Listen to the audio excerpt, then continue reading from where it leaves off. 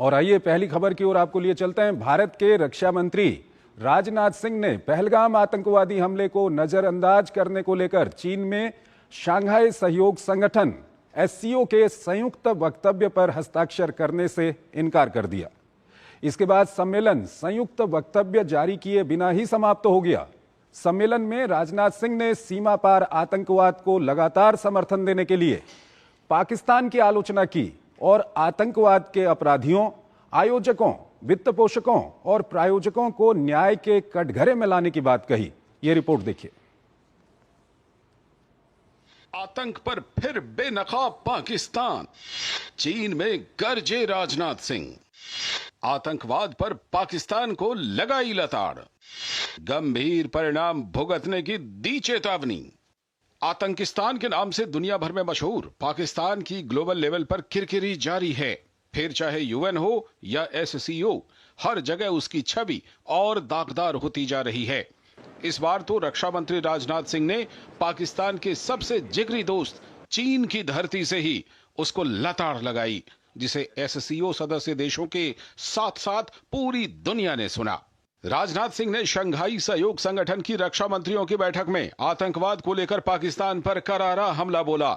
उन्होंने कहा कि आतंकवाद आज भी क्षेत्रीय शांति और स्थायित्व के लिए सबसे बड़ा खतरा बना हुआ है और कुछ देश अब भी इसे राजनीतिक उद्देश्य साधने के लिए इस्तेमाल कर रहे हैं। राजनाथ ने कहा, किसी भी प्रकार के आतंकवाद को जायज नहीं ठहराया जा सकता और ना ही उसे अच्छे और बुरे आतंकवाद में बांटा जा सकता है। It is imperative that those who sponsor, nurture and utilize terrorism for their narrow and selfish ends must bear the consequences. Some countries use cross-border terrorism as an instrument of policy and provide shelter to terrorists. There should be no place for such double standards. SCO should not hesitate to criticize such nations. रक्षा मंत्री ने भारत की zero tolerance की नीति पर जोर देते हुए कहा कि सभी एससीओ देशों को आतंकवाद के खिलाफ मिलकर काम करना चाहिए।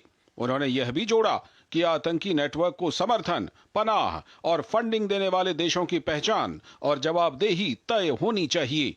राजनाथ सिंह का यह बयान न केवल भारत की आतंकवाद विरोधी नीति को दर्शाता है, बल्कि यह भी संकेत देता है कि एससीओ जैसे बहुपक्षीय मंचों पर भारत अब और मुखर होता जा रहा है, खासकर पाकिस्तान और चीन जैसे पड़ोसी देशों के सामने। वहीं बैठक में पाकिस्तान के रक्षा मंत्री भी मौजूद थे, लेकिन राजनाथ के बयान के बाद उन्होंने कोई स्पष्ट प्रतिक्रिया नहीं दी। राजनयिक हलकों का मानना है कि भारत ने एक बार फिर अंतरराष्ट्रीय मंच से पाकिस्तान की भूमिका को उजागर किया है। इस बीच एससीओ सदस्य देशों के बीच कुछ मुद्दों पर सहमति नहीं बन पाई, जिस कारण साझा दस्तावेज को अंतिम रूप नहीं दिया जा सका। भारत चाहता था कि आतंकवाद से जुड़ी चिंताओं को उस दस्तावेज में समाहित किया जाए, लेकिन एक विशेष देश को यह स्वीकार नहीं था। परिणाम स्वरूप संयुक्त वक्तव्य को अपनाया नहीं गया। और इस खबर पर बात करने के लिए हमारे साथ जुड़ रहे हैं professor Sanjay Bhardwaj, school of international studies, JNU. Sanjay ji, बहुत बहुत स्वागत है आपका हमारे इस कार्यक्रम में। संजय जी, सबसे पहला सवाल ये कि भारत के रक्षा मंत्री राजनाथ सिंह ने जिस तरह का रुख दिखाया वहां पर एससीओ की बैठक में, इसको लेकर के क्या कुछ आपकी पहली प्रतिक्रिया?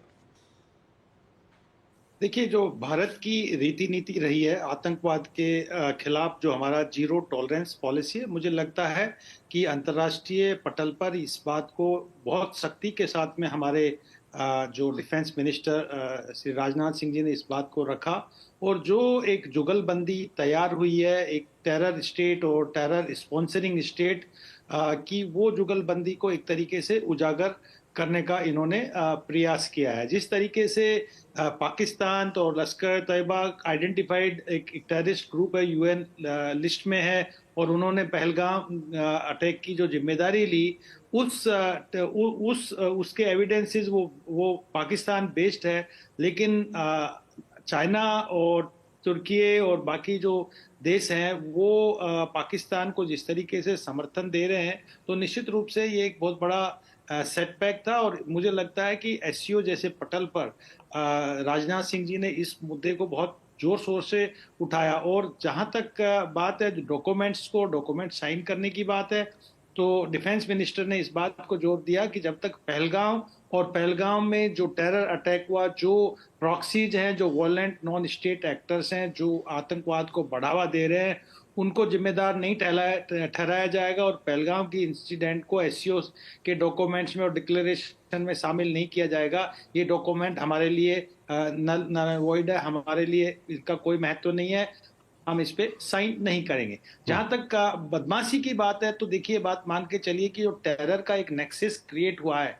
पाकिस्तान अपने घर के आतंकवाद में उलझा हुआ है। जिस तरीके से तहरीक तालिबान या बलूचिस्तान में जो टेररिज्म और जो आज़ादी की एक लड़ाई लड़ी जा रही है, और जो वहाँ पे जो अत्याचार पंजाबी मुहाजिर कोठरी का बलूचिस्तान में बढ़ रहा है, उस पे दूसरे राष्ट्र पर टोपी रखने की बात आ रही है। और पाकिस्तान की जो आर्मी है, जो डीप स्टेट है, एक तरीके से जनता की, आवाम की आवाज को बिल्कुल एकदम दमनकारी नीतियों के माध्यम से दबाने का प्रयास कर रहे हैं। उस इंसिडेंट को, बलूचिस्तान के इंसिडेंट को, ये संघाई कोऑपरेशन ऑर्गेनाइजेशन की मीटिंग में रखने की दलील कर रहे हैं। तो मुझे लगता है कि जो राजनाथ सिंह जी ने बहुत ही अपनी सूझबूझ और कठोरता के साथ में इस बात को अंतर्राष्ट्रीय पटल पे रखा और एससीओ के देशों के सामने रखा कि आतंकवाद के दोहरे मापदंड नहीं हो सकते, और वाकई में जो दमन हो रहा है, जो डिस्क्रिमिनेशन हो रहा है अर्बन और ट्राइबल के बीच में, पाकिस्तान के बीच में, उसको आप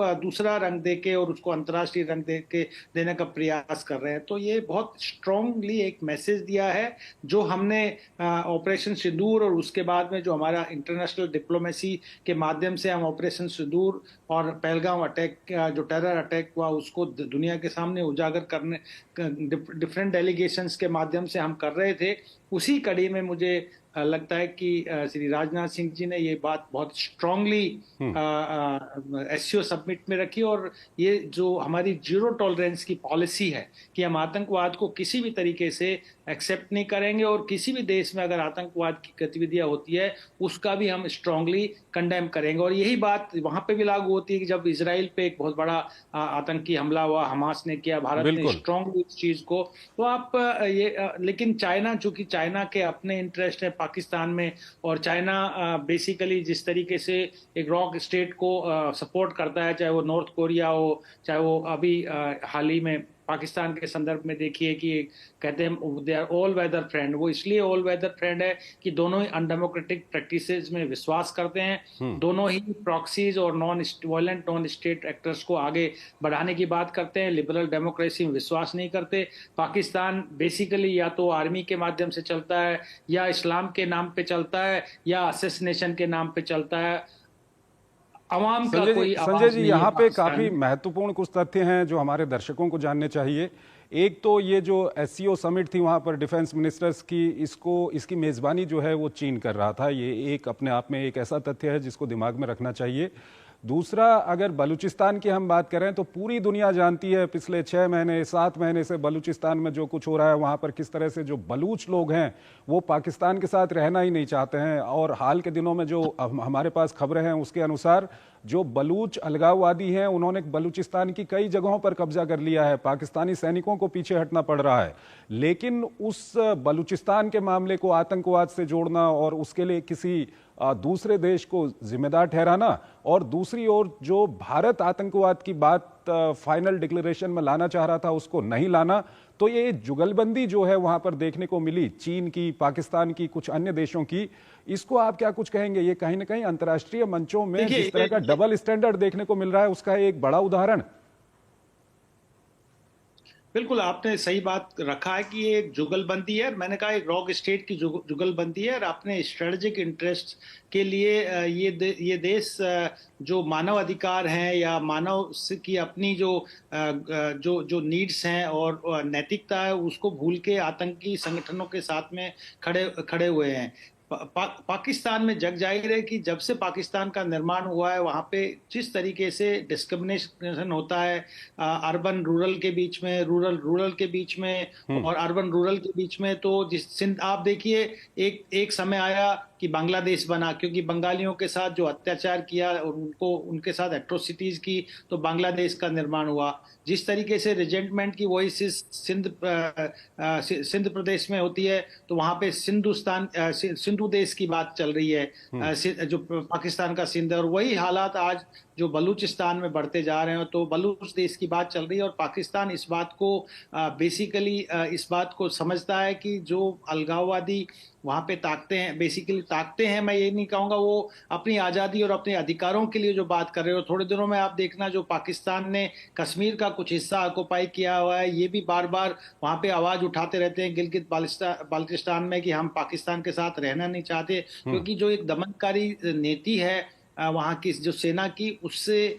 सब लोग जानते हैं, और ये बात अंतर्राष्ट्रीय पटल पे बार बार आती है। कई बार प्रयास हुआ बलूचिस्तान में अपनी ऑटोनॉमी और अपनी आज़ादी के लिए लड़ाई लड़ रहे थे, और वहाँ का जो बलूच लिबरेशन आर्मी है, उन्होंने कई मौकों पर इस बात को स्ट्रांगली और वायलेंटली इस बात को रखा। वहाँ का जो सबसे बड़ा लीडर था बुगटी, उसको 2005 में इन्होंने असैसिनेट कर दिया। तो वहाँ पे बहुत स्ट्रांग रेसिस्टेंस, और इनकी बलूचिस्तान की अपनी एक सर्काइल एग्जाइल में बनी हुई है, और उस बात को बलूचिस्तान के कोच को बार बार आगे बढ़ाती है।